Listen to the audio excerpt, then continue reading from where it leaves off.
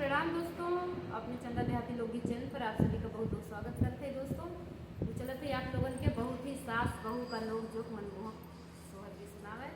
तो आप लोग फुल वाच के सुनिए तो गीत का आनंद आए आप लोगन के। जैसन भी लगे कमेंट में लाइक शेयर जरूर करिए। आप आशीर्वाद जरूर देना। आप लोग घर भर के आशीर्वाद जरूर देव माना करिए। चलिए आप लोग गीत का प्यारे प्यारे गीत का आनंद लीजिए और आप लोग लाइक जरूर करल जाए।